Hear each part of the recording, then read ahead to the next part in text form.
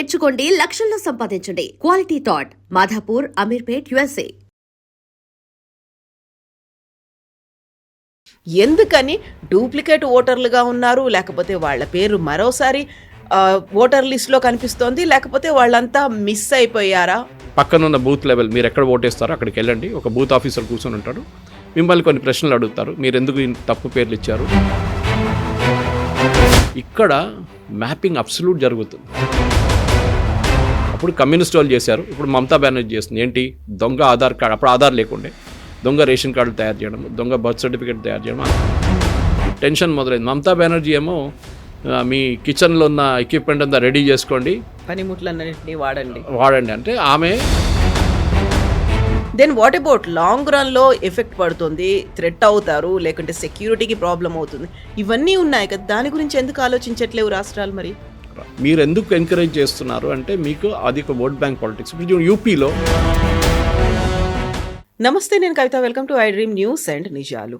Special intensive రివిజన్కి సంబంధించి election commission 5 రాష్ట్రాల్లో ఇప్పటిదాకా జరిగినటువంటి వాటి లెక్కల్ని అందించింది. అందులోనూ ప్రధానంగా రాజస్థాన్లో 41.8 lakh ఓటర్లని తొలగించినట్టుగా అనౌన్స్ చేసింది. ఇక వెస్ట్ బెంగాల్కి సంబంధించి చూస్తే ఇప్పటికీ 58 లక్షల ఓట్లని తొలగించినట్టుగా అనౌన్స్ చేసింది. At the same time unmapped ఓటర్లు 32 లక్షల మంది దాకా ఉన్నారు.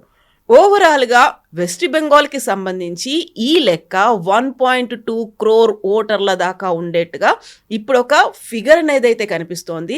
అఫీషియల్గా దానికి సంబంధించి ఒక డిక్లరేషన్ రావాల్సిన అవసరం ఉంది. ఇంతమంది ఓటర్లు, ఇన్ని లక్షల మంది ఓటర్లు ఎందుకని డూప్లికేట్ ఓటర్లుగా ఉన్నారు, లేకపోతే వాళ్ళ పేరు మరోసారి ఓటర్ లిస్ట్లో కనిపిస్తోంది, లేకపోతే వాళ్ళంతా మిస్ అయిపోయారా, చనిపోయారా, ఏం జరిగింది, ఎందుకని ఇంత పెద్ద ఎత్తున ఈ లెక్కలు బయటపడుతున్నాయి? At the same time oppose కూడా ఎందుకని కనిపిస్తోంది? మనతో పాటుగా ఉన్నారు సీనియర్ జర్నలిస్ట్ సురేష్ కొచ్చతిల్ గారు. సార్ నమస్తే. మనం ఇప్పటిదాకా బీహార్ మాట్లాడుకున్నాము, వెస్ట్ బెంగాల్ మాట్లాడుకున్నాము, బట్ సర్ప్రైజింగ్లీ రాజస్థాన్లో కూడా 41.8 lakh ఓటర్స్, అది కూడా వాటిని తొలగించారు అనుకుంటే ఎక్కడ తక్కువ నెంబర్ అనేది కనిపించట్లేదు కదా. ఎక్సెప్ట్ లక్షద్వీప్లో 1400 ఓటర్లు ఉన్నారు, ఎందుకంటే అక్కడ తక్కువ జనాభా ఉంది కాబట్టి. ఈవెన్ గోవాలో కూడా 1,00,000కు పైగా ఓట్లు అనేవి ఉన్నాయి, పుదుచ్చేరిలో 1,00,000కు పైగా. ఇవన్నీ కూడా duplicate votes, dead votes and permanently migrated voters, 3 కేటగిరీలు అన్నమాట. మనం లాస్ట్ ఓటర్ రివిజన్ జరిగింది మన్మోహన్ సింగ్ టైంలో 2002లో. అది 2003 దాకా ఎక్స్టెండ్ అయింది. దానికి ఒక బేస్ ఇయర్గా తీసుకున్నారు ఎలక్షన్ కమిషన్. ఆ ఎలక్షన్ కమిషన్ ఏమంటున్నారు, అప్పుడు మీ నాన్నగారు అమ్మగారు లేకుంటే మీరు కూడా ఓటర్ లిస్ట్లో ఉంటే then there is no problem, మీరు మ్యాచ్ చేసుకోవచ్చు. ప్రాజనీ మ్యాపింగ్ అంటారు. అంటే మీ నాన్నగారి పేరు ఇదని మీరు చూపిస్తే అది అక్కడ మ్యాచ్ అవుతుంది, ఏదో ఒక కాన్స్టిట్యున్సీలు ఉంటుంది, మీరు ఇద్దరు మ్యాచ్ అయిపోతుంది కంప్లీట్. లేకుంటే మీ అమ్మగారి పేరు, ఇద్దరు లేకుంటే మీ రిలేటివ్స్ పేరు ఉంటుంది, మ్యాచ్ చేసుకోవచ్చు. ఇది చాలా పెద్ద ఎక్సర్సైజ్ జరిగింది. ఇప్పుడు మనకు తెలిసింది, మీరు చెప్పినట్ల రాజస్థాన్లో 41 లక్షలు అంటే మనం అనుకుంటాం వెస్ట్ బెంగాల్ కన్నా తక్కువే కదా 58, ఇది 41 కాదు. వాళ్ళ దగ్గర ఓటింగ్ పాపులేషన్ 5 కోట్లే. West Bengal voting population close to 8 crores. అప్పుడు మీరు 8 crores to 58 lakhs విజావి 5 crores to 41 lakhs అనే ఒక కాంబినేషన్ వేసుకుంటే, మ్యాథమెటికల్ ఈక్వేషన్ వేసుకుంటే మీకు తెలిసిపోతుంది రాజస్థాన్ నంబర్లు ఎక్కువనే. ఇంకా అంటే వెస్ట్ బెంగాల్ నంబర్లు మినిమం 1 crore ఉంటేనే రాజస్థాన్ నెంబర్తో మ్యాచ్ అవుతుంది. 1 crore కాకుండా అట్లీస్ట్ 80 lakhs. మీకు గుర్తుంది, నేను ఒక స్టడీ చెప్పాను కవిత గారు మీకు, ఒక 2 నెలల ముందు మనం మాట్లాడుకున్నాం. ఫస్ట్ SIR అనౌన్స్ చేసినప్పుడు ఒక స్టడీ చేస్తున్నారు, ఒక రీసెర్చ్ ఆర్గనైజేషన్, చాలా డీటెయిల్గా చేశారు, చాలా బాగా చేశారు. ఇన్ఫ్యాక్ట్ అది పబ్లిష్ చేసింది RSS వాళ్ళు, BJP వాళ్ళు అంటే మనం అనుకోవచ్చు, కాదు. అది ఫస్ట్ టైం పబ్లిష్ చేసింది టెలిగ్రాఫ్ అనే ఒక న్యూస్ పేపర్ వెస్ట్ బెంగాల్లో, totally pro communist, anti Modi. And Hindu దాని తర్వాత నెక్స్ట్ పబ్లిష్ చేసింది, వాళ్ళు పబ్లిష్ చేశారు ఆ సర్వే రిపోర్ట్. నాకు ఆర్గనైజేషన్ గుర్తులేదు ఎవరు చేశారు, కానీ వాళ్ళు చాలా బాగా చేశారు. ఎట్లా చేశారంటే ఫస్ట్ వాళ్ళు 2002 ఓటర్ లిస్ట్ తీసుకున్నారు. ఆ ఓటర్ లిస్ట్లో ఉన్న అందరి పేర్లు సిస్టంలో ఎంటర్ చేసిన తర్వాత వాళ్ళు దానికి మ్యాచింగ్ మొదలుపెట్టారు. 2002 తర్వాత వాళ్ళు ప్రతి సంవత్సరంలో రివిజన్ జరిగినప్పుడు, అప్పుడు స్పెషల్ రివిజన్ కాదు, స్పెషల్ ఇంటెన్సివ్ రివిజన్ కాదు, ఒకటే మీ ఇంటికి వస్తారు, మీరు ఉన్నారా లేదా కనుక టిక్ కొట్టేసి వెళ్ళిపోతారు. ఇది జరిగేది. ఆ టైంలో ఏం జరిగిందో ఆ లిస్ట్లో చూస్తే కూడా చాలామంది ఆ లిస్ట్లో కనిపించకుండా పోయారు. ఏది అసెంబ్లీస్ ఫర్ ఎగ్జాంపుల్ 2002 తర్వాత 2007 అనుకుందాం, చాలామంది లేరు. సో వాళ్ళు ఏం చేశారంటే ఆ నంబర్లను తీసేశారు. నెక్స్ట్ వాళ్ళు ఏం చేశారంటే డెత్ అండ్ బర్త్ సర్టిఫికేట్ చూశారు వెస్ట్ బెంగాల్లో ఇష్యూ చేసినా కానీ. అప్పుడు వాళ్ళు అది మ్యాచ్ చేసుకుంటూ వెళ్ళిపోతే లాస్ట్ 2025కి వచ్చేదాకా వాళ్ళు చూసిన లిస్ట్ ప్రకారం వెస్ట్ బెంగాల్లో 1 కోటి మంది ఎక్స్ట్రా ఓటర్లు ఉన్నారు. ఫర్ ఎగ్జాంపుల్ ముషీదాబాద్ లాంటి constituency which is very minority heavy కాన్స్టిట్యున్సీలో పాపులేషన్ కన్నా ఎక్కువ ఓటర్లు ఉన్నారు. ఆలోచించండి, పాపులేషన్ కన్నా ఎక్కువ ఓటర్లు ఉన్నారు. అది కాకుండా మొన్ననే ఎలక్షన్ కమిషన్ కన్నా ముందు వీళ్ళు ఎస్ఐఆర్ స్టార్ట్ చేసి అదే టైంలో UIDA, that is unique identification authority, Aadhaar issue చేసిన అథారిటీస్ వెస్ట్ బెంగాల్లో 34 లక్షల మంది చనిపోయారని చెప్పి వాళ్ళ ఓటర్ ఐడి కార్డ్ వాళ్ళ ఆధార్ డియాక్టివేట్ చేశారు. 16 డిజిట్ను ఆధార్ డియాక్టివేట్ చేశారు. వాళ్ళకి ఎక్కడి నుంచి వచ్చింది డేటా? వాళ్ళకి వెస్ట్ బెంగాల్ గవర్నమెంట్ దగ్గర ఉన్న డేటా వాళ్ళు తీసుకున్నారు, బర్త్ అండ్ డెత్ సర్టిఫికేట్స్ నుంచి. ఇప్పుడు ఇంపార్టెంట్ ఏంటంటే దీంట్లో ఎందుకు చేశారని చాలామంది అడిగారు. ఇప్పుడు ఎందుకు చేస్తున్నారు అంటే ఈ 32 లక్షల మంది చనిపోయిన వాళ్ళలో చాలామంది ఆధార్ కార్డు ఇప్పుడు కూడా వాడుకుంటున్నారు. ఎవరో సిమ్ యాక్టివేషన్కి వాడుకుంటున్నారు, బ్యాంక్ అకౌంట్కి వాడుకుంటున్నారు, లోన్ల కోసం వాడుకుంటున్నారు. అంటే అంత ఫేక్. లోన్ తీసుకుని వాడు గాయమైపోతాడు, మన సిమ్ కార్డ్ తీసుకొని ఏదో ఇల్లీగల్ యాక్టివిటీకి యూజ్ చేసుకుంటాడు, దానికోసం డీయాక్టివేట్ చేసి పడేశారు. మన ఆధార్ కార్డు ఒక స్పెషాలిటీ ఏంటంటే ఈ 16 డిజిట్లో ఇంకోసారి మీరు క్రియేట్ చేయలేరు. ఫర్ ఎగ్జాంపుల్ ఒక 16 డిజిట్ నెంబర్ ఉందనుకోండి, డీయాక్టివేట్ అయితే ఇంకొకసారి అది ఎక్కడైనా ఒక 2 సంవత్సరాల తర్వాత అదే నెంబర్ ఇష్యూ చేయాలంటే కాదు, ఆ నెంబర్ యూనిక్ ఉంటుంది దానికి. సో డీయాక్టివేట్ అయిపోయింది. సో మీరు నెక్స్ట్ టైం సిమ్ కార్డ్ తీసుకోవడానికి వెళ్తే మీ ఆథరైజేషన్ చెక్ చేయడానికి, ఐ మీన్ మీ జెన్యూనిటీ చెక్ చేయడానికి ఆధార్ చెక్ చేస్తే డీయాక్టివేట్ అని చూపిస్తే మీకు సిమ్ డిక్లైన్ చేస్తారు. కానీ మన దగ్గర ఎట్లా అంటే పక్కన ఒక ఛత్రి వేసుకొని కూర్చొని ఉంటాడు, కూడా సిమ్ కార్డులు అమ్ముతూనే ఉంటాడు. He doesn't do a biometric check. Biometric check చాలా ఇంపార్టెంట్. ముందు చేస్తుండే, కానీ దాని తర్వాత ఒక సుప్రీంకోర్టు రూలింగ్ వచ్చింది, బయోమెట్రిక్ యూజ్ చేయలేమని చెప్పాం. కానీ ఈ థంబ్ ప్రింట్ తీసేసి వాళ్ళు ఫిజికల్ పేపర్ నుంచి మొదలుపెట్టారు వాళ్ళు. ఎనీవే, దాంట్లో మనం చూస్తాం చాలా మట్టుకు ఈ టెర్రరిస్ట్ కానీ ఈ ఫేక్ కాలర్స్, మన డిజిటల్ అరెస్ట్ లాంటివి చేసేట వాళ్ళు అందరూ ఇట్లాంటి ఫేక్ సిమ్ కార్డ్స్ వాడుకుంటున్నారు. వాళ్ళు ఒకసారి వాడుకుంటారు, పడేస్తారు, మళ్ళీ ఇంకో సిమ్ కార్డు యూజ్ చేస్తారు. అట్లా ఇప్పుడు ఏం జరిగిందంటే వెస్ట్ బెంగాల్లో 58 లక్షల మందిని తీసేశారు కంప్లీట్గా. కొంతమంది దాంట్లో 1% ఎర్రర్ ఉండొచ్చు, 1 or 2%. వాళ్ళు వచ్చి చెప్పాల్సి ఉంటుంది, చనిపోయిన చెప్పిన ఒక మనిషి ఇప్పుడు కనిపించిందంట, లేదు నేను బతికున్నానని చెప్పి ఆయన వెళ్ళి క్రిమేషన్ గ్రౌండ్లో కూర్చొని అన్ని అంత్యక్రియలు చేశారంట వారి రిలేటివ్స్. చనిపోయింది కదా ఎట్లా అని చెప్పేసి. It was like a more of a comedy scene. కానీ అట్లాంటి ఒక 1% దాకా ఉండొచ్చు 58 లక్షల్లో. అది కాకుండా 32 లక్షల మందిది ప్రాజనీ అంటే మ్యాపింగ్ కావట్లేదు, అన్మ్యాప్డ్ వచ్చారు. అన్మ్యాప్డ్ అంటే వాళ్ళ పేరు రాశారు కానీ వాళ్ళ నాన్నగారు అమ్మగారు పేరు లేదు, అదొకటి. ఇంకా 12 లక్షల మందికి మీరు తప్పుడు అంటే స్పెల్లింగ్ మిస్టేక్స్ ఉన్నాయి దాంట్లో. మీరు మీ ఆధార్ కార్డు చూసి రాసిన పేరు దీంతో మ్యాచ్ కావట్లేదు. Either Aadhaar card is wrong or this is wrong. మీ రేషన్ కార్డు చూసిన పేరు రాసింది ఇక్కడ ఉన్న పేరు తప్పు. కొంతమంది రేషన్ కార్డు యూజ్ చేశారు, కొంతమంది ఆధార్ కార్డు యూజ్ చేశారు, కొంతమంది మిగతా బ్యాంక్ డాక్యుమెంట్స్ యూజ్ చేశారు. 32 లక్షల మంది అక్కడ అయిపోయారు. దీనికి కాకుండా ఇంకొక 1 కోటి మంది వాళ్ళది కంప్లీట్ ప్రాజనీ మ్యాపింగ్ కూడా కాలేదు, డేటా మొత్తం డౌట్ఫుల్ అనిపిస్తుంది. సో వీళ్ళందరినీ ఏం చేస్తారంటే ఇప్పుడు ఒక హియరింగ్కి పిలుస్తారు. ఈ 58 పక్కన పెట్టండి, మిగతా వాళ్ళని 32 + 1 కోటి మందిని హియరింగ్కి పిలుస్తారు. ఇప్పుడు వాళ్ళకి ఆల్రెడీ నోటీస్ వెళ్ళిపోయి ఉంటుంది, వాళ్ళ ఫోన్లో మెసేజ్ వస్తుంది, మీ హియరింగ్కి రావాలి, పక్కనున్న బూత్ లెవెల్ మీరు ఎక్కడ ఓటేస్తారో అక్కడికి వెళ్ళండి, ఒక బూత్ ఆఫీసర్ కూర్చొని ఉంటాడు, మిమ్మల్ని కొన్ని ప్రశ్నలు అడుగుతారు. మీరు ఎందుకు తప్పు పేర్లు ఇచ్చారు, మీరెందుకు మీ నాన్నగారి పేరు రాయలేదు, మీరెందుకు మీ నాన్నగారు అమ్మగారి పేరు ఒకటే రాశారు, దాన్ని అడుగుతారు. సో ఏమైనా తప్పులు ఉండొచ్చు బహుశా, అగైన్ 1 to 2%, మిగతా అంతా ఫేకే. దీంట్లో ఇంకొకటి చాలా మటుకు ఇంట్రెస్టింగ్ అవుతుందంటే ఫ్రాడ్. ఈ ఫ్రాడ్ ఎట్లా జరిగిందంటే చాలామంది వాళ్ళ నాన్నగారు 14 సంవత్సరాల్లో ఈడు పుట్టాడంట, నాన్నగారు 14 సంవత్సరాలు ఉన్నప్పుడు ఈ అబ్బాయి పుట్టాడంట, మళ్ళీ 30 సంవత్సరాలుగానే గ్రాండ్ ఫాదర్ అయిపోయాడంట, ఇదే అబ్బాయి గ్రాండ్ ఫాదర్ అయిపోయాడంట. అప్పుడు that is obviously it is fake. So ఇట్లాంటి వాళ్ళని తొలగించాల్సింది లిస్ట్ నుంచి. సో టోటల్ మమతా బెనర్జీకి ఇప్పుడు ఏడుపు ఎందుకు వస్తుందంటే ఆమెకి ప్రాబ్లం ఎందుకంటే ఈ ఓటర్స్ అందరూ ఆమె ఓటర్స్. నేను ఒక స్టడీ చేస్తున్నాను కవిత గారు, పాసిబ్లీ నెక్స్ట్ 15-20 డేస్లో వెస్ట్ బెంగాల్లో అన్ని కాన్స్టిట్యున్సీల్లో ఎంతమంది ఓటర్ని తీసేశారో ఇప్పుడున్న లిస్ట్ ప్రకారం 58 లక్షలు పెట్టుకుందాం. I'm not taking 32 lakhs + 12 lakhs + 1 crore, అది పక్కన పెడుతున్నాను. అది ఫిబ్రవరి దాకా నడుస్తుంటుంది, జనవరి దాకా హియరింగ్ ఉంది. నిన్న మొదలైన తర్వాత hearing goes on till January 16th. దాని తర్వాత నెక్స్ట్ లిస్ట్ పబ్లిష్ అవుతుంది, దాని తర్వాత మళ్ళీ అబ్జెక్షన్ ఫైల్ చేస్తారు, దాని తర్వాత లాస్ట్ లిస్ట్ ఫిబ్రవరిలో ఫైల్ అవుతుంది, దాని తర్వాత ఎలక్షన్ అనౌన్స్ చేస్తారు. నేనేం స్టడీ చేస్తున్నా అంటే కల్కటాలో 23 లక్షల ఓటర్స్ తీసేశారు లిస్ట్ నుంచి కల్కటా రీజన్లో. ఆలోచించండి, అంటే ఇంతమంది ఫేక్ ఓటర్స్ ఉన్నారన్నమాట అక్కడ. అబ్జెక్షన్ ఏం ఫైల్ లేదు, ఇవాళ దాకా రాలేదు, అబ్జెక్షన్ రాలేదు. బహుశా ఇంకా నెక్స్ట్ 2-3 వీక్స్లో ఏదైనా ఒక 1% మళ్ళీ నేను చెప్పినట్లు రావచ్చు అబ్జెక్షన్. ఇప్పుడు ఈ జరిగే స్టడీలో నేనేం చేస్తున్నానంటే ఆ కాన్స్టిట్యున్సీలో ఎవరు గెలిచారు, ఫర్ ఎగ్జాంపుల్ టీఎంసీ గెలిచింది భవానీపూర్లో, వాళ్ళ మార్జిన్ ఏంటి, వాళ్ళ మార్జిన్ 3,400 అనుకోండి. కానీ అక్కడి నుంచి తీసిన ఓటర్లు 7,000 మంది ఉంటే obviously that result is going to get impacted. కాదు, తీసిన వాళ్ళు 7,000 కానీ ఆయన గెలిచిన మార్జిన్ 30,000 అంటే ఇంపాక్ట్ ఉండదు ఎక్కువ. Very good. సో అగైన్ ఈ స్టాటిస్టిక్స్లో ఎప్పుడు ఒక మ్యాటర్ ఆఫ్ ఎర్రర్ ఉంటుంది, మార్జిన్ ఆఫ్ ఎర్రర్ అంటారు, దాన్ని 1 or 2% అని పెట్టుకోవచ్చు. కానీ ఈ స్టడీలో నాకు బహుశా ఇంకా 10-15 రోజులు పట్టవచ్చు. దాని తర్వాత maybe by January 1st week or 2nd week నేను దీని డేటా ప్రజెంట్ చేస్తాను మీకు. దాంతో మనకు తెలిసిపోతుంది లాస్ట్ టైం టీఎంసీ గెలిచిన 215 సీట్లలో వాళ్ళకి 100 సీట్లు తగ్గుతుందా, 50 సీట్లు తగ్గుతుందా, లేకుంటే 70 సీట్లు తగ్గిపోతుంది. దాన్ని బట్టి next election result will be there. Because communist and Congress are 0 West Bengal. Last 2 ఎలక్షన్లో వాళ్ళకి 0 సీట్లు వచ్చినాయి. బీజేపీకి 77 వచ్చినాయి లాస్ట్ టైం. ఈసారి ఎంత రావచ్చు అనేది ఈ రిజల్ట్ మీద ఉంటుంది. ఈ కాన్స్టిట్యున్సీలో ఎంత ఓట్లు తగ్గారు, ఎంత ఓట్లు ఇంక్రీజ్ ఎక్కడ కాలేదు, తగ్గారంతే.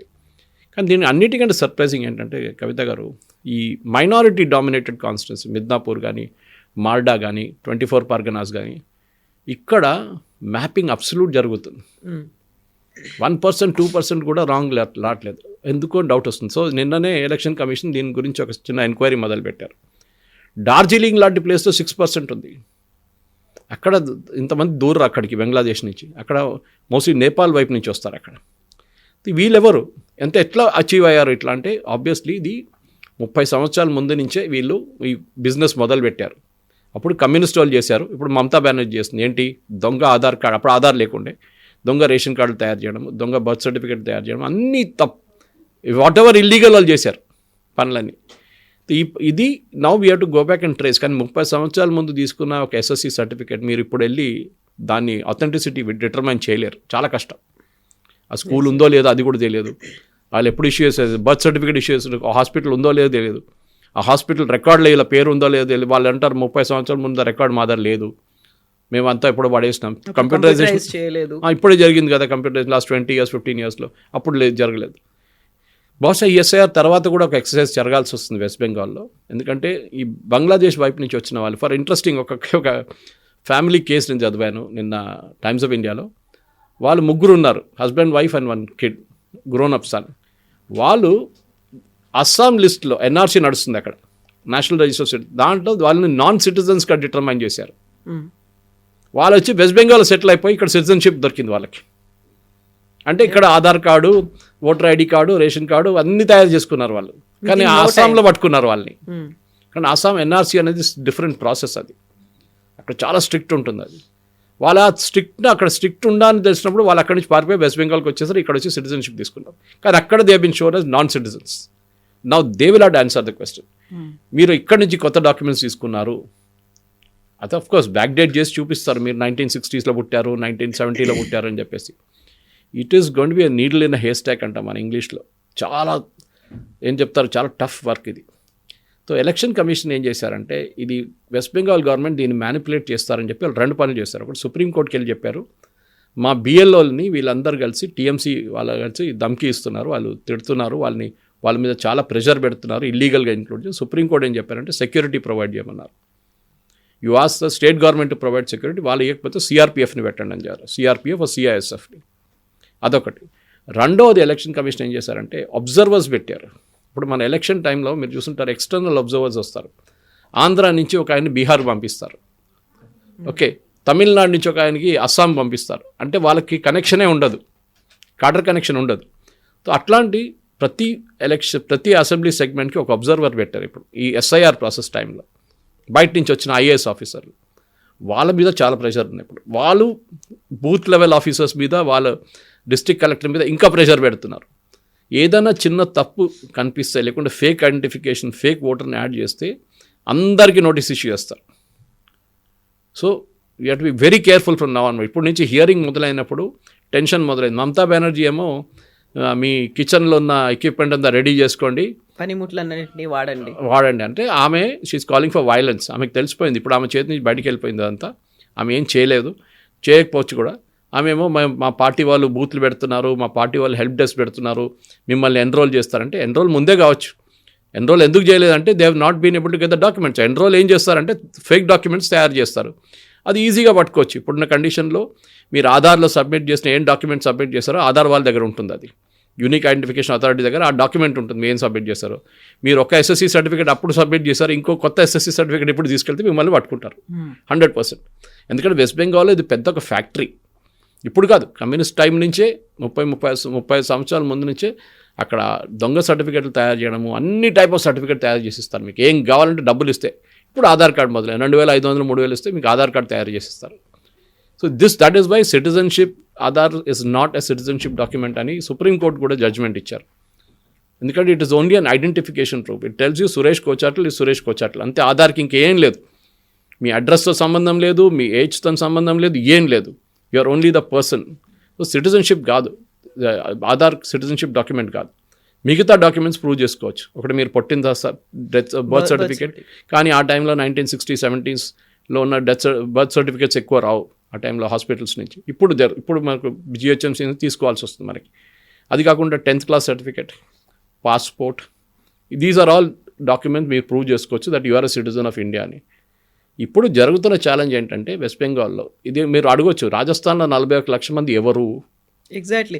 ఇప్పుడు 40 లక్షలు, 50 లక్షలు, 60 లక్షలు, 80 లక్షలు ఇంతమంది ఉన్నారంటే బయట నుంచి ఎవరో వచ్చి ఉంటే వాళ్ళకు ఓన్లీ అక్కడ లైవ్లీహుడ్డో ఒక షెల్టరో ఇవ్వడం మాత్రమే కాదు, ఎవ్రీడే రోటీ కపడా మకాన్ అనేవి ఉంటాయి, ఇవన్నీ చూపించాలి. మళ్ళీ వాళ్ళకి కావాల్సినటువంటి లైవ్లీహుడ్ ఇవంతా కల్పించాలి. ఇవంతా స్టేట్కి ఒక బర్డన్లా అవుతుంది. ఎవరి ఇంట్రెస్ట్ కోసము అనేది వస్తుంది. వాళ్ళతో వస్తే ఓట్లు వేయించుకుంటే ప్రభుత్వం ఏర్పడుతుందేమో, కానీ దెన్ వాట్ అబౌట్ లాంగ్ రన్లో ఎఫెక్ట్ పడుతుంది, థ్రెట్ అవుతారు, లేకుంటే సెక్యూరిటీకి ప్రాబ్లం అవుతుంది. ఇవన్నీ ఉన్నాయి కదా, దాని గురించి ఎందుకు ఆలోచించట్లేవు రాష్ట్రాలు? మరి ఓట్ బ్యాంక్ పాలిటిక్స్ సింపుల్. ఓటేస్తారు, అయిపోతుంది, అక్కడ గవర్నమెంట్ ఫామ్ చేసుకుంటారు, నెక్స్ట్ టైం మళ్ళీ వాళ్ళు ఓటేస్తారు. మరో 5 ఏళ్ళ పండుగ కదా, ఓట్ పండుగ ఉంటుంది త్రూఅవుట్. 5 సంవత్సరాల దాకా వెయిట్ చేయక్కర్లేదు. ఒక లోక్సభ కాగానే అసెంబ్లీ కాగానే లోకల్ బాడీ కాగానే మున్సిపాలిటీ, లేకుంటే సర్పంచులు, లేకుంటే జెడ్పీటీసీలు, ఎంపీటీసీలు నడుస్తుంది. పండుగ ఎలక్షన్. అదే కదా, ఎప్పుడైనా మోడల్ కోడ్ ఆఫ్ కండక్ట్ ఉంటుంది మన దగ్గర, త్రూఅవుట్ ద ఇయర్ ఉంటుంది. So this is the main thing. అంటే మీరు ఎందుకు ఎంకరేజ్ చేస్తున్నారు అంటే మీకు అది ఒక ఓట్ బ్యాంక్ పాలిటిక్స్. ఇప్పుడు యూపీలో 2 కోట్ల మంది దాకా పోతారు out of the voter list. ఎందుకంటే వాళ్ళ ఓటర్ బేస్ చాలా పెద్ద. I think it's almost close to 18 crores or 20 crores వాళ్ళ ఓటింగ్ పాపులేషన్. దాని నుంచి 2 నుంచి 3 కోట్ల మందిని డెఫినెట్గా పోతున్నారని చెప్తున్నారు. Already 2 crores identified. వాళ్ళది డేట్ ఎక్స్టెండ్ చేశారు, ఎందుకంటే పాపులేషన్ చాలా ఎక్కువ ఉందని చెప్పి ఓటింగ్ పాపులేషన్ డేట్ ఎక్స్టెండ్ చేశారు. బహుశా ఇంకా వారంలో వాళ్ళ డీటెయిల్స్ కూడా రావచ్చు, మధ్యప్రదేశ్తో సహా, మహారాష్ట్రతో సహా, దాన్ని పెద్ద స్టేట్స్. ఇన్ని లక్షలు కోట్ల మంది ఉన్నారు అంటే వీళ్ళందరూ ఇల్లీగల్గా వచ్చినటువంటి మైగ్రెంట్స్ అయినా, లేకుంటే ఒక చోటు నుంచి ఇంకో చోటికి బతుకు తెరువు కోసం పోయిన వాళ్ళు అనుకోవాలా? వాళ్ళ ప్రాబ్లం లేదు కదా. మీరు ఒక చోటు నుంచి ఒకటి వెళ్తే మీకు ప్రాబ్లం లేదు, మీది ఏదో ఐడెంటిటీ డాక్యుమెంట్ మీ దగ్గర ఉంటుంది. ఇదంతా ఇల్లీగల్గా దూరిన వాళ్ళు. సుప్రీంకోర్టు చెప్పారు కదా, రోహింగ్యా కేసులో సుప్రీంకోర్టులో హెబియస్ కార్పస్ వేసిన సుప్రీంకోర్టు ఏం చెప్పారు? Justice Kant was there, chief justice. మనకు ధర్మశాల కాదు. మన దేశంలో ఉన్న పిల్లలకి చదువు చెప్పడానికి ఫ్రీ ఎడ్యుకేషన్ ఇవ్వడం బదులు రోహింగ్యా వాళ్ళు వచ్చి వాళ్ళు తీసుకుంటే ఏంటిది? మన దగ్గర రేషన్ ఇవ్వాల్సింది, మనం ఇవ్వాల్సిన బియ్యం వాళ్ళకి ఎందుకు ఇవ్వాలి? వీఆర్ నాట్ ఎ ధర్మశాల. బంగ్లాదేశ్ వాళ్ళని, రోహింగ్యాలను తీసుకోవడానికి we are not here for that. Problem ఎక్కడొచ్చిందంటే ఈ కాంగ్రెస్ ఓట్ బ్యాంక్ పాలిటిక్స్లోనే ఇదంతా జరిగింది. ఎందుకంటే మన అందరూ తెలిసి ఇదంతా స్టార్ట్ అయింది అస్సాం నుంచి. అస్సాంలో ఇంత పెద్ద అజిటేషన్ జరిగినప్పుడు అప్పుడు all Assam students union Prafulla Kumar Mahanta లీడర్షిప్లో జరిగిన తర్వాత అక్కడ బందుల మీద బందులు, అటాక్లు, అది ఇది, నెల్లీ మ్యాసెక్కర్ ఒకటి జరిగింది, చాలా మటుకు అట్లాంటిది. దాని తర్వాతనే రాజీవ్ గాంధీ గారు ఒప్పందం చేశారు ఆసుతో. దాని తర్వాతనే మొత్తం ఐడెంటిఫికేషన్ మొదలైంది అక్కడ, NRC. Now it is under supreme court jurisdiction. ఇది మొత్తం దేశంలోకి ఎన్ఆర్సీ నడవాల్సింది కవిత గారు. ఎందుకంటే ప్రతి దేశంలో ఒక రిజిస్టర్ ఉంటుంది. మీరు సిటిజన్ కాదా, మీరు సిటిజనా లేదా అని మీ పేరు ఉంటుంది లిస్ట్లో. మన దేశంలో లేదు అది. మన దేశంలో అట్లాంటి ఒక డాక్యుమెంట్ అందరూ ఏమనుకున్నారు, Aadhaar is the citizenship. No, Aadhaar is not the citizenship document. మన దేశంలో కావాల్సింది ఎన్ఆర్సీ. దానికే ఓవైసీ కానీ, ముస్లిం లీగ్ కానీ కేరళలో ఉన్నది, కాంగ్రెస్ వాళ్ళు ఉన్నారు, వీళ్ళందరూ ఎందుకు ఆబ్జెక్ట్ చేస్తారు? కమ్యూనిస్ట్ వాళ్ళు, అఖిలేష్ యాదవ్. ఎందుకంటే వాళ్ళకి భయం ఏంటంటే ఇట్లాంటి అందరూ లిస్ట్ నుంచి బయటకు వెళ్ళిపోతారు. ఒకసారి మీకు ఒక సిటిజన్షిప్ నంబర్ ఇస్తే, అమెరికాలో ఉంది సోషల్ సెక్యూరిటీ నంబర్ అంటారు వాళ్ళ దగ్గర, అట్లాంటి ఒక నంబర్ ఇచ్చేస్తే then you are a citizen of this country. మీకు బెనిఫిట్స్ దాని మీద తీసుకోవచ్చు మీరు. ఇప్పుడు ఎప్పుడు కావాలంటే వాడు దూరిపోయింది భారతదేశంలో. బంగ్లాదేశ్లో 65 నుంచి, దానికన్నా ముందు 47 నుంచి మొదలైంది, 71లో పీక్ అయింది అది. రోహింగ్యాలు ఇప్పుడు వచ్చారు, దానికన్నా ముందు పాకిస్తాన్ వైపు నుంచి చాలామంది ఇక్కడ వచ్చి సెటిల్ అయిపోయారు. అందరు ఉన్నారు. కానీ సిటిజన్షిప్ అమెండ్మెంట్ యాక్ట్ తీసుకొచ్చిన తర్వాత ఇప్పుడు మటువా కమ్యూనిటీ లాగా వెస్ట్ బెంగాల్లో వాళ్ళు కూడా సిటిజన్షిప్ ఇస్తున్నారు. వాళ్ళ దాంట్లో కూడా ఆల్మోస్ట్ 1 కోటి మంది హియరింగ్ ఉన్నారు వాళ్ళు. కానీ వాళ్ళు చెప్పొచ్చు మాకు SMS వచ్చిందండి, citizenship document has been approved అని. దట్ ఈస్ ఇనఫ్ గవర్నమెంట్కి, ఎలక్షన్ అథారిటీస్కి. కానీ ఇటువైపు రాజస్థాన్ వైపు 41 లక్షల చాలామంది మస్ట్ బీ ఫ్రమ్ పాకిస్తాన్, అక్కడి నుంచి వచ్చి సెటిల్ అయిన వాళ్ళు ఉంటారు మన దగ్గర. వీళ్ళు ఎవరు? కాశ్మీర్ మొదలు కాలేదు ఇంకా, అక్కడ ఇంకా ఉంది పెద్దది, అక్కడ ఇంకా పెద్ద స్టోరీ వస్తుంది అక్కడ. మీకు బహుశా తెలుసో లేదు, కవిత గారు, పాకిస్తాన్లో నుంచి ఒక అబ్బాయి కాశ్మీరీ అమ్మాయిని పెళ్లి చేసుకోవచ్చు, and she will retain her land. Exactly. అదే అమ్మాయి ఇండియన్ అబ్బాయితో పెళ్లి చేసుకుంటే ల్యాండ్ పోతుంది. Still article 370 was revoked. అది యాక్చువల్లీ 375 లేకుండే, అది 35A ఉండేది, which was an ordinance which Nehru illegally continued for almost 30 years. Nehru అని కాదు, నెహ్రూ తర్వాత వచ్చిన వాళ్ళు కూడా. ఒక ఆర్డినెన్స్ లైఫ్ 6 months, దాని తర్వాత ఉండదు, పనికిరాదు అది. కానీ రాజేంద్ర ప్రసాద్ గారు సైన్ చేసిన ఆ ఆర్డినెన్స్ నెహ్రూ గారి టైం నుంచి మోదీ గారు విత్డ్రా చేసేదాకా నడిచిందనమాట, 70 సంవత్సరాల దాకా. So obviously it was illegal. అట్లాంటి చాలా ఉన్నాయి. SC ST కోటాలు లేకుండే జమ్మూ కాశ్మీర్లో, 370 వాజ్ రిమూవ్డ్. ఎవరైనా అడిగారండి, కాంగ్రెస్ వాళ్ళు ఎవరైనా అడిగారా ఎందుకు SC ST OBC కోటా ఇవ్వట్లేదు? అక్కడ OBC ఇచ్చారు కొంతమంది, ఎందుకంటే కాశ్మీర్లో కొంతమంది ముస్లిమ్స్ BC కోటాలో వస్తారు, బకర్వాల్స్ లాంటి వాళ్ళు. కానీ SC ST కోటా ఎందుకు ఇవ్వట్లేదండి కాశ్మీర్లో? ఎందుకు వీళ్ళు ఎన్ని సంవత్సరాలు అడిగారు కాంగ్రెస్ వాళ్ళు? వీళ్ళు దాని రోజు పొద్దున్న లేవగానే రాహుల్ గాంధీ ఏడుస్తూనే ఉంటారు కదా కోటాల గురించి. So this is where it comes. ఇది పెద్ద ఎక్సర్సైజ్, SIR ఎక్సర్సైజ్, ఈ స్పెషల్ ఇంటెన్సివ్ రివిజన్ ఎక్సర్సైజ్ని ఒపోజ్ చేయడంలోనే మీకు తెలిసిపోతుంది. యోగి ఆదిత్యనాథ్ గారు మాట్లాడలేదే. ఎగ్జాక్ట్లీ. ఎందుకంటే ఇక్కడ మనం ఓన్లీ లక్షల్లో చూస్తున్నా, అక్కడ 2 కోట్లు అంటున్నారు మీరు. రాజస్థాన్లో 41 లక్షల మంది తీసే ముఖ్యమంత్రి ఏడుస్తున్నారా? నో, ఈ SIR remove it, I have no problem. ఎందుకు మా ఓట్ వాళ్ళు ఇల్లీగల్, వాళ్ళు తీసేసేయండి. లేదు ఇల్లీగల్ వాళ్ళు ఉంచుకోవాలని చెప్తున్న వాళ్ళు మమతా బెనర్జీ లాంటి వాళ్ళు, అఖిలేష్ యాదవ్ లాంటి వాళ్ళు, తేజస్వి యాదవ్ లాంటి వాళ్ళు, వాళ్ళు అబ్జెక్ట్ చేస్తున్నారు. ఇక్కడ స్టాలిన్, శ్రీలంక నుంచి ఎంతమంది తమిళన్స్ వచ్చి సెటిల్ అయితే తెలియదు, ఇప్పుడు తెలిసిపోతుంది. ఇప్పుడు అక్కడ కూడా ఆల్మోస్ట్ 60 లక్షలు ఉందని చెప్తున్నారు, ఇంకా ఒఫీషియల్ ఫిగర్స్ బయటికి రాలేదు. అక్కడ కూడా ఉంటుంది మినిమం. రాజస్థాన్ 41 ఉంటే అక్కడ మినిమం 60 ఉంటుంది తమిళనాడులో. ఎవరు వీళ్ళు? తమిళనాడులో అయితే బంగ్లాదేశ్ నుంచి వచ్చిన వాళ్ళు చాలామంది ఉండరు కదా. Who are these people? Did they come from Sri Lanka? Sri Lanka వచ్చి మన సిటిజన్షిప్ ఇవ్వాలని ఎప్పుడు అగ్రిమెంట్ పెట్టుకోలేదు వాళ్ళతో. We said wheel keep them as refugees. Special camp setup చేసాం వాళ్ళ కోసం LTTE టైంలో. అది అయిపోయింది, ఖతం. Camps are dismantle now.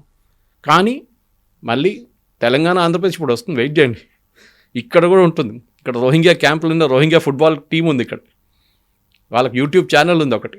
So ఇట్లాంటి దాంట్లో చాలామంది ఇక్కడ కూడా పట్టుబడతారు. కానీ మనకు వచ్చినప్పటికల్లా ఈ major states UP, Rajasthan, Madhya Pradesh, ఈ 3 స్టేట్ అండ్ మహారాష్ట్ర, ఈ 4 స్టేట్లో ఉన్న ఫిగర్స్ మీకు షాక్ అయిపోతుంది. దాంట్లో రాజస్థాన్ ఆల్రెడీ ఫిగర్స్ వచ్చేస్తుంది మనకి.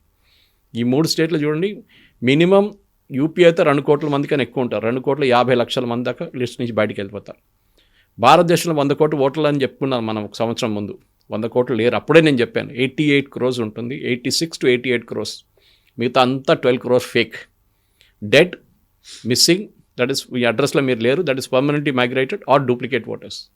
ఈ 3 తీసేస్తేనే మీకు 12 కోట్ల మంది వెళ్ళిపోతారు లిస్ట్ నుంచి. దాని తర్వాత ఈ మ్యాపింగ్, ప్రాజనీ మ్యాపింగ్లో మీరు బయట నుంచి వచ్చిన మీ అమ్మ నాన్నగారి పేరు తప్పు, లేకుంటే 14 వయసులోనే మీరు పుట్టారు, మీకు అబ్బాయి అయిపోయాడు, అమ్మాయి అయిపోయారు, మీరు 30 సంవత్సరాలు కానీ మీరు గ్రాండ్ ఫాదర్ అయిపోయారు, మీ నాన్నగారు అమ్మగారి పేరు ఒకటే, అది ఎట్లా అవుతుందండి?